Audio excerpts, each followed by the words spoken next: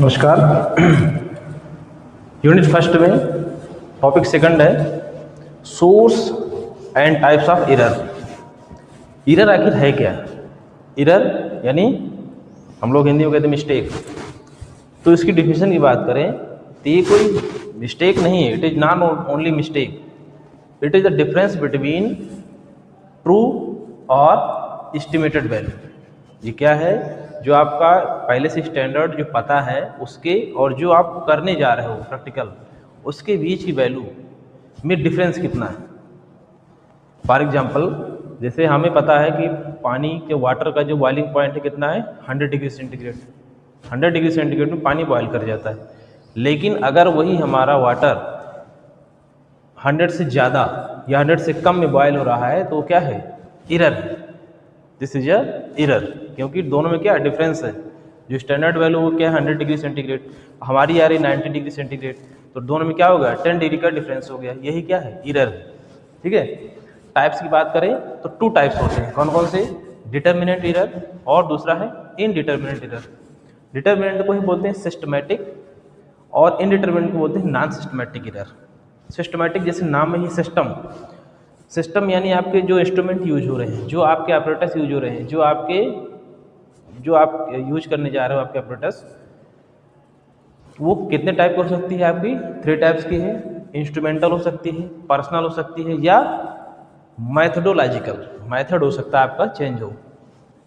Example की बात करें तो जैसे अगर सिस्टम है बैलेंस, पहले जो बैलेंस आते थे इलेक्ट्रॉनिक बैलेंस नहीं होते थे, तो उनकी आर्म भुजा अगर किसी की छोटी बड़ी है तो क्या होगा?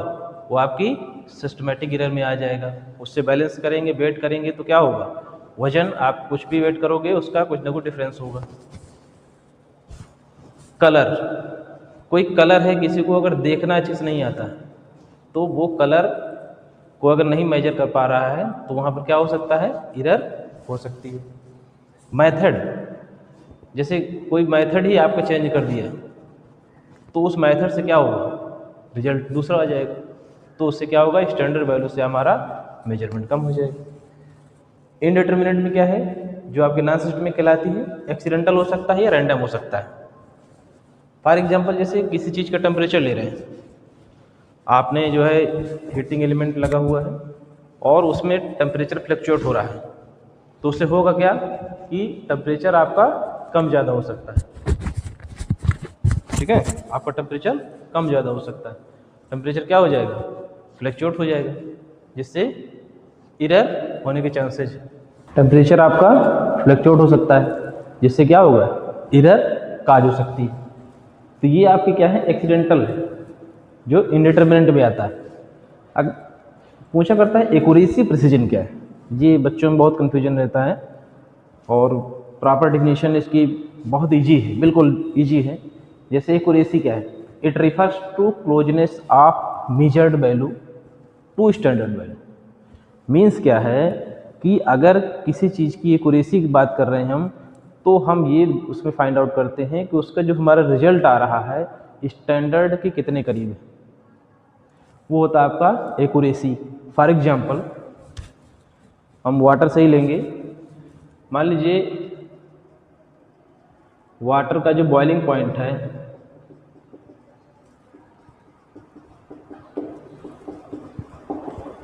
100 डिग्री सेंटीग्रेड। ठीक है, ये क्या है? स्टैंडर्ड, या इसे बोलते हैं ट्रू वैल्यू। किसी स्टूडेंट को हमने कहा कि आप जाइए फाइंड आउट करिए वाटर का बॉइलिंग पॉइंट कितना निकल रहा है, और वो अपने एक्सपेरिमेंट के दौरान 98 डिग्री सेंटीग्रेड फाइंड आउट कर रहा है, 99 डिग्री सेंटीग्रेड फाइंड आउट कर रहा है, 100 डिग्री सेंटीग्रेड फाइंड आउट कर रहा है, तो क्या होगा?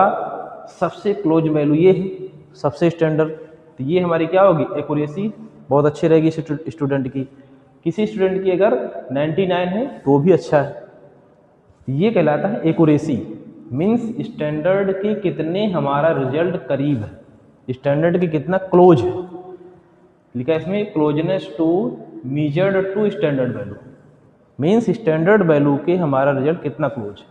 वहीं पर बात करें प्रिसीजन की, तो प्रिसीजन क्या है? It refers to closeness to 2 or more measurement, ठीक है, टू ईच अदर। मीन्स क्या है कि कोई स्टूडेंट है, उसने वाटर का ही हम एग्जाम्पल ले रहे हैं, तो उसका जो रिजल्ट निकल रहा है तो क्या निकल रहा है 90 डिग्री सेंटीग्रेड, 91 डिग्री सेंटीग्रेड या 89 डिग्री सेंटीग्रेड। मीन्स ये है कि ये जो वैल्यू आ रही है तीनों को तीनों वैल्यू क्या है, बेहद क्लोज है। ये आपस में जो 2 से 3 बार इसका मेजरमेंट किया गया है उसमें क्लोजनेस है, इनके बीच में क्लोजनेस है। स्टैंडर्ड वैल्यू से इसका कोई लेन देन नहीं। ये क्या है, स्टैंडर्ड वैल्यू से बहुत दूर है। स्टैंडर्ड क्या है 100 डिग्री सेंटीग्रेड, तो इससे तो बहुत डिफरेंस है, तो ये डिफरेंस बहुत ज़्यादा है। लेकिन हमारा जो क्लोजनेस है क्या है, वो मेजरमेंट में क्लोजनेस है, तो ये कहलाती है आपकी प्रिसीजन वैल्यू, ये कहलाती है प्रिसाइज्ड वैल्यू।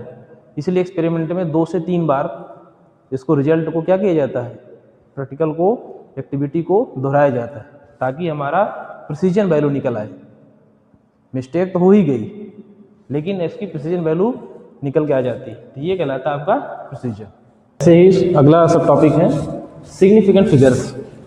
इस सिग्निफिकेंट फिगर्स क्या होता है, सार्थक अंक। आपने पढ़ा होगा कई बार कि सार्थक अंक क्या होते हैं। तो ये क्या होता है कि आपका प्रिसीजन में काम आता है कि it carries the meaning a number of contributes its precision. ठीक है, प्रिसीजन समझ रहे हैं ना। और 0 before non zero digit non considered as significant. अगर किसी नॉन जीरो जैसे 1 2 3 4 इनके पहले जीरो लगे हैं तो उनकी कोई वैल्यू नहीं होती, उनका कोई सिग्निफिकेंट फिगर नहीं होगा, वो सार्थक अंक उनके नहीं गिने जाएंगे। इसका मतलब ये है कि इसको अगर 4 एग्जाम्पल इससे कौन कौन से हैं देखा जाए तो all non zero are significant. जितने भी ऑल नॉन जीरो हैं, जिसमें जीरो नहीं है, वो सिग्निफिकेंट फिगर होते हैं। जैसे 1 2 3 4, ठीक है, डॉट डॉट डॉट डॉट 9, ये क्या है, सिग्निफिकेंट फिगर है, ये सार्थक अंक है। दूसरा क्या है, trapped zero are significant. Trapped means बीच में, ट्रैप मीन्स उसे जाल, यानी जो आपके बीच में फंसा हुआ है। जैसे 1 और 2 के बीच में क्या है, जीरो है, तो ये सिग्निफिकेंट फिगर कितने होंगे, 3 होंगे। 1 0 0 3 है, तो इसमें कितने होंगे, 4 होंगे। तो यानी ट्रैप्ड जीरो भी इसमें कंसिडर्ड होंगे और ये सिग्निफिकेंट फिगर सार्थक अंक आपके गिने जाएंगे। ठीक है, इसमें कितने हो जाएंगे आपके, 5 हो जाएंगे। Ending zero with decimal point, means जैसे एंडिंग जीरो है, डेसिमल पॉइंट है, तो ये भी आपके क्या होंगे, सिग्निफिकेंट फिगर होंगे। ठीक है, 1 2 3 4, इसमें 4 होगा। ठीक है, इसमें क्या हो जाएगा, 5 होगा। इस तरह से जो आपके एंडिंग जीरो है, ठीक है, और तो ये क्या कहलाएंगे आपके, डेसिमल पॉइंट भी है, पॉइंट भी लगा हुआ है, फिर भी आपके क्या कहलाएंगे, सार्थक अंक कहलाएंगे, यानी सिग्निफिकेंट फिगर कहलाएंगे।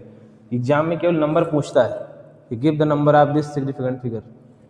अगला है to the power. To the power होता है ना, जैसे 1.3 × 10⁶ या 1.5 × 10⁻10 या 1.33 × 10⁻7। मीन्स क्या है कि पावर आपकी कुछ भी हो, इससे कोई इशू नहीं है, सिग्निफिकेंट फिगर आपके जो पहले लिखी हुई है वो कहलाएंगे। जैसे इसमें 2 है, इसमें भी आपका 2 है, इसमें क्या है, 3 है, तो इसके सिग्निफिकेंट फिगर 3, इसका कहलाएगा 2, इसका 2। तो ये बहुत ईजी है। ठीक है, ये आपके लेवल में इतना ही पूछा जाता है, तो ये यहाँ पर ये फिनिश होता है। अगला सब टॉपिक है इम्प्यूरिटीज इन फार्मास्यूटिकल्स। ये बहुत इंपॉर्टेंट है। इम्प्यूरिटी, आखिर इम्प्यूरिटी है क्या, कहाँ से आ जाती है इम्प्यूरिटी, ये आपके सैंपल में कैसे इंट्रोड्यूस हो जाती हैं, आपके केमिकल्स में कैसे आ जाती हैं। यही इम्प्यूरिटी है कि impurity considered other organic substance except drug. Means आप जो है ये अदर ऑर्गेनिक सब्सटेंस है जो ड्रग के अलावा आ गई। फॉर एग्जांपल, कोई आप ड्रग यूज कर रहे हैं, कोई आप ड्रग को डिजाइन करने जा रहे हैं, उसके अलावा जो भी ऑर्गेनिक मटेरियल उसमें आ जाते हैं, ऑर्गेनिक सब्सटेंस आ जाते हैं, वो कहलाती हैं इम्प्यूरिटीज। अगर हम बात करें किसी एक एग्जाम्पल की, फॉर एग्जांपल पैरासीटामॉल आपका चर्चित नाम है। पैरासीटामॉल आपकी ड्रग हो गई, उसके अलावा अगर उसमें पाया जा रहा है कुछ जो आपकी हजार्ड शो करे, जो आपको नुकसान करे, आपकी बॉडी के लिए नुकसान कर सकता है, या उस केमिकल में चेंज कर दे, कुछ अल्टर कर दे, वो पैरासिटामॉल रहे ही ना, तो वो इम्प्योरिटी कहलाती है। वो कैसे आ जाती है? जो क्या कर सकती हैं आपके ड्यूरिंग लॉन्ग टर्म स्टोरेज। कैसे आ जाती हैं? अगर किसी केमिकल्स को लंबे समय तक स्टोर करते हैं तो उसमें क्या हो सकता है, इम्प्योरिटी आने के चांसेस है। इक्विपमेंट में पहले से इम्प्योरिटी हो सकती है। ये आपकी क्या है, बाई प्रोडक्ट या स्टार्टिंग मटेरियल। स्टार्टिंग मटेरियल जो आप यूज कर रहे हो फार्मुलेशन के दौरान, कोई भी प्रोसेस है उसमें आपका जो पहला इंग्रेडिएंट होता है बाहर से मंगाते हैं, उसमें ही कोई अशुद्धि हो, उसमें ही इम्प्योरिटी हो, तो भी आपकी वो इम्प्योरिटी आगे बढ़ जाएगी। या बाई प्रोडक्ट। बाई प्रोडक्ट क्या होता है? जो आपने रिएक्शन कराई, कुछ बाई प्रोडक्ट बन जाता है अलग से, तो वो भी क्या हो जाता है, इम्प्योरिटी, अगर वो आगे नुकसान कर सकता है। इसकी बात करें सोर्स की, कौन कौन से सोर्सेज हैं, कहाँ कहाँ से आ सकती हैं। इसके बहुत सारे सोर्स हैं। जैसे आपका ये देख लीजिए, स्टार्टिंग मटेरियल यानी आपका रॉ मटेरियल, जो भी आप रॉ मटेरियल यूज कर रहे हो वहाँ से आपकी इम्प्योरिटी आने के चांसेस ज़्यादा है। ठीक है। सिंथेसिस, आप प्रैक्टिकल कर रहे हो, कोई ड्रग डिजाइन कर रहे हो, सिंथेसिस कर रहे हो, उस सिंथेसिस में भी आपकी इम्प्योरिटी आ सकती है। बाई प्रोडक्ट इंटरमीडिएट जो बनते हैं उसमें। सॉल्वेंट, आप कौन कौन सॉल्वेंट यूज कर रहे हैं, पोलर सॉल्वेंट है, नॉन पोलर सॉल्वेंट है, उनमें डिफरेंस हो सकता है। वहाँ से सॉल्वेंट में ही पहले से इम्प्योरिटी प्रेजेंट हो तो वो आपकी इम्प्योरिटी हो जाएगी। इन्वायरमेंटल फैक्टर कुछ होते हैं, वो इन्वायरमेंटल फैक्टर अगर इंक्लूड हो जाएंगे तो भी आपकी इंक्लूड हो जाएगी, आपकी इम्प्योरिटी आ जाएगी। कुछ आपके जैसे टेम्परेचर हो गया, यूवी, ह्यूमिडिटी, इनको मेंटेन करना बहुत ज़रूरी होता है। टेम्परेचर, जिस टेम्परेचर में रिएक्शन होनी चाहिए वो अगर अल्टर हो गई तो भी इम्प्योरिटी हो जाएगी। यूवी रेज अगर वहाँ पर प्रोड्यूस हो रही हैं सैंपल में तो भी हो जाएगी। ह्यूमिडिटी भी ध्यान रखना पड़ता है कि उसकी ह्यूमिडिटी मेंटेन रहे। अगला है contamination, particulate contamination. For example, जहाँ पर भी आप फार्मुलेशन तैयार कर रहे हैं, सिंथेसिस करा रहे हैं, वहाँ पर क्या होना चाहिए, कंटामिनेशन नहीं होना चाहिए। अगर कंटामिनेशन पहले से धूल कण गंदगी मौजूद है वहाँ पर, तो उससे क्या होगा, आपकी जो सोर्स है, तो ये सोर्स एक भी हो जाता है कि आपका कंटामिनेशन वहाँ पर कैसा है। ठीक है, तो उसमें भी आपकी इम्प्योरिटी सैंपल में हो सकती है। माइक्रोबियल कंटामिनेशन, ये भी आपको बहुत ध्यान रखना पड़ता है कि ड्यूरिंग फार्मुलेशन आपकी माइक्रोबियल कंटामिनेशन वहाँ पर ना हो।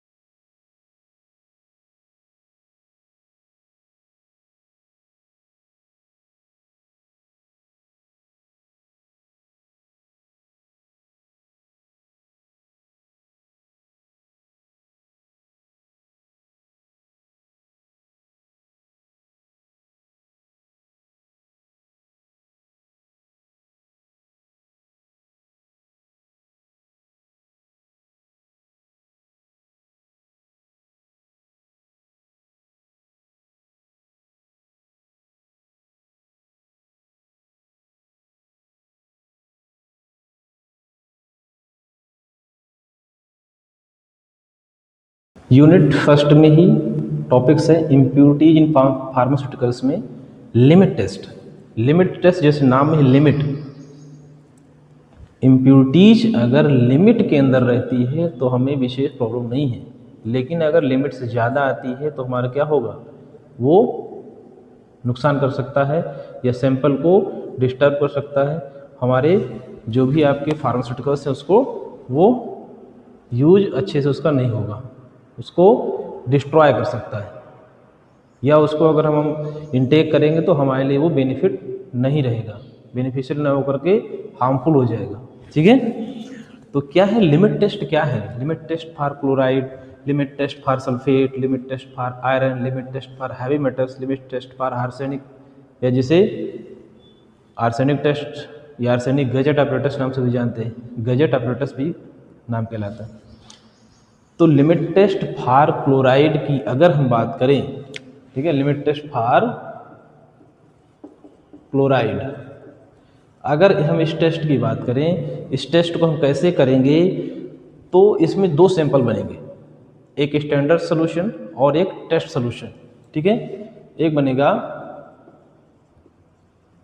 स्टैंडर्ड सोल्यूशन और दूसरा बनेगा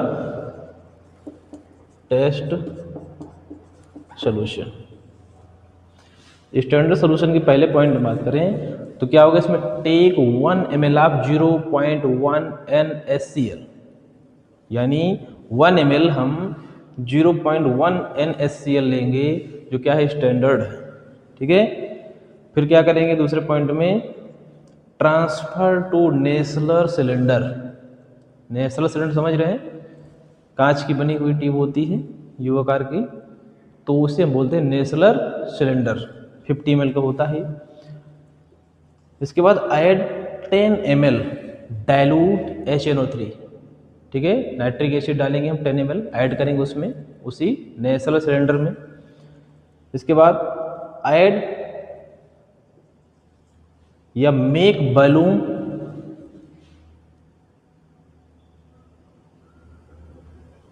with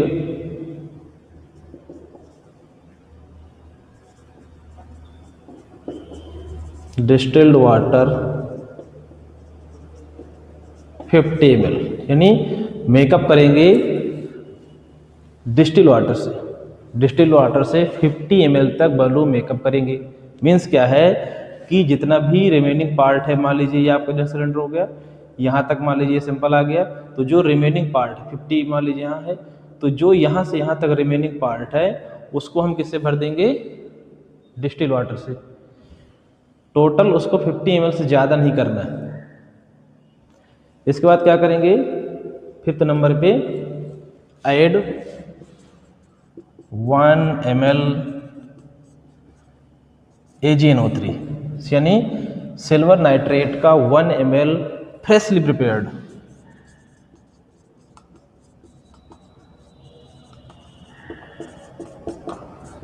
freshly prepared solution 1 ml add करेंगे। इसके बाद क्या करेंगे, stir,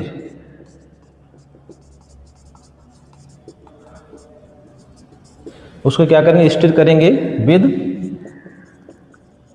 glass rod and set A side for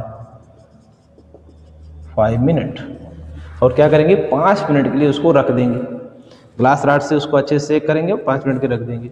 इसके बाद हम बनाएंगे टेस्ट सोल्यूशन। टेस्ट सोल्यूशन में क्या अंतर है स्टैंडर्ड सोल्यूशन की कंपेयर में, सिर्फ पहला पॉइंट चेंज होगा, सिर्फ पहला पॉइंट। उसमें क्या होगा, take sufficient amount of given sample. हम क्या करेंगे, सफिशिएंट अमाउंट गिवन सैंपल, जो सैंपल आपको दिया गया है उसको हम यूज करेंगे। फॉर एग्जांपल हमने वाटर लिया एग्जांपल, और ये मोस्टली जो टेस्ट हैं वाटर में ही किए जाते हैं, ठीक है, क्योंकि वाटर में हम क्या करते हैं, हमारा मिनरल्स के रूप में यूज करते हैं उसको। तो उसमें कौन कौन से जो आपके ये लिमिट टेस्ट फॉर क्लोराइड हो गया, सल्फेट हो गया, आयरन हो गया, मीन्स इसमें लिमिट से ज़्यादा शुद्धियाँ नहीं होनी चाहिए, उसको फाइंड आउट करने के लिए हम करते हैं।